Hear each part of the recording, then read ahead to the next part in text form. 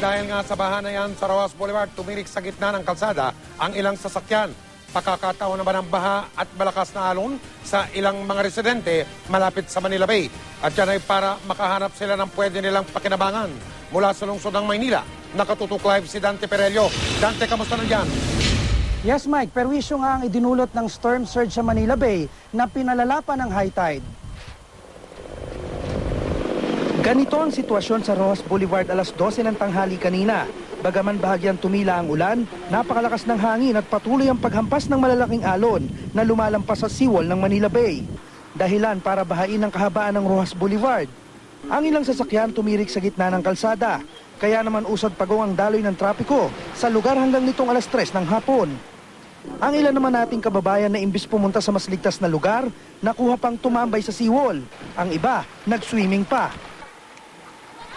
Ang mga residente naman ng Barangay Aplaya, Baseco, Maynila, bagaman kalbaryo raw ang dala ng baha sa kanila, sinasamantala na lang daw nila ang tambak ng basura sa dalampasigan, kung saan nakakapamulot sila ng kahoy na panggatong at kanilang kalakal. Gawa ng sa ibang lugar din, alam ba, sa parting ilo, ganyan, inaanod. Papunta rito, siyempre, kulong yung lugar namin dito eh. Kaya lahat ng tambak ng basura dito ang punta.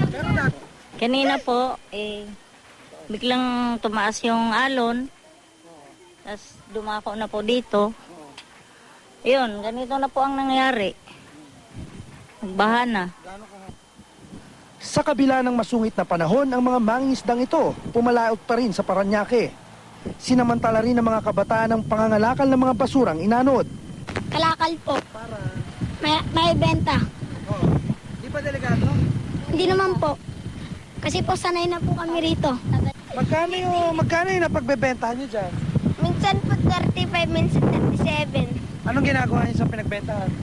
Bumibili ng pagkain. Samantala, kasabay ng pagbayo ng malakas na ulan pasado alas 9 ng umaga kanina, nakatanggap ng distress call ang Philippine Coast Guard mula sa Rorona Super Shuttle Ferry. 4 na araw na raw itong nakaangkla 600 metro ang layo mula sa pangpang ng Manila Bay. Hindi ito nakabiyahe patungong Mindoro dahil sa masungit na panahon.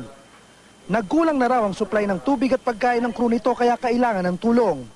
Sa Rojas kasi lubog tapos wala talagang motorized na bangka doon na makalapit sa tapos makipag-transport yung food namin sa crew namin ng barko. So eto yung Coast Guard na nag-ano. Agad namang kumilos ang fragment ng Special Operations Group ng Philippine Coast Guard. Pero hindi naging madali ang kanilang biyahe makaraang salubungin sila ng nagngangalit na alon sa karagatan. Laking pasalamat naman ang mga crew ng barko nang dumating ang responde. Okay naman yung mga crew, wala namang reported na mahina o ano. Kailangan lang talaga nilang pagkain and water.